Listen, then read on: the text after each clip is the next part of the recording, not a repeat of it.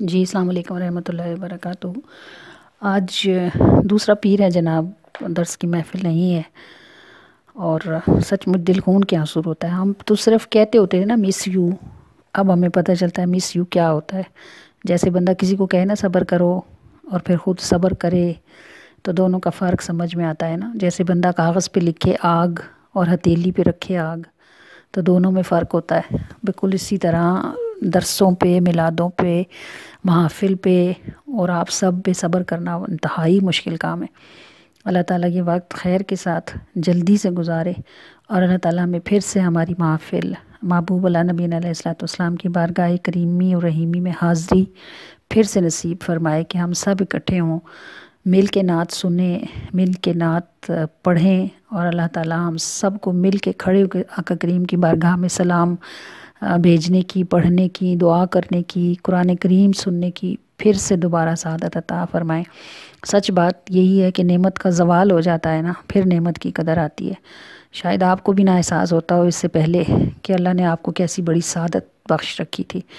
اور میں بار بار یہی کہتی تھی کہ بس اللہ نصیب رکھے ہمیں کہ یہ وہ چیزیں ہیں جو نہ بندہ خرید سکتا ہے نہ چھین سکتا ہے، مگر جس کو اللہ نصیب فرمائے اللہ پاک خیر کرے، عافیت گزارے،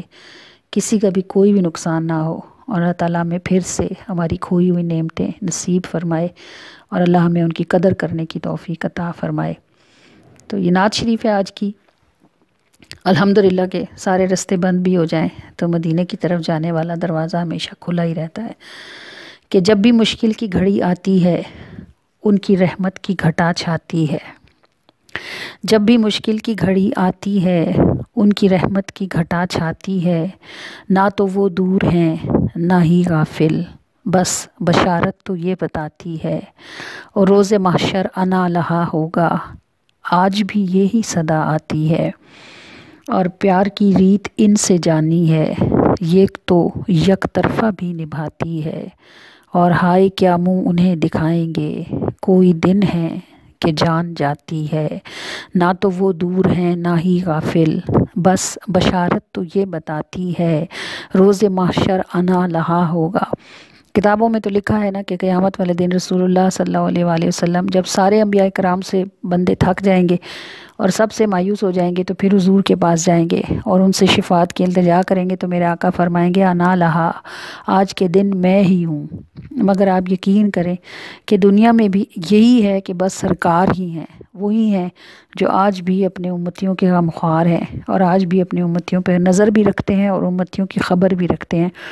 انفرادی طور پر بھی اور اجتماعی طور پر بھی، کہ روز محشر انا لہا ہوگا، آج بھی یہی صدا آتی ہے، اور پیار کی ریت ان سے جانی ہے۔ ہم تو کہتے ہیں، لوگ کہتے ہیں نا محبت دو طرفہ ٹریفک ہے، یہ ایک طرف سے نہیں چلتی، مگر اگر ہم اپنی بے اوقاتیاں دیکھیں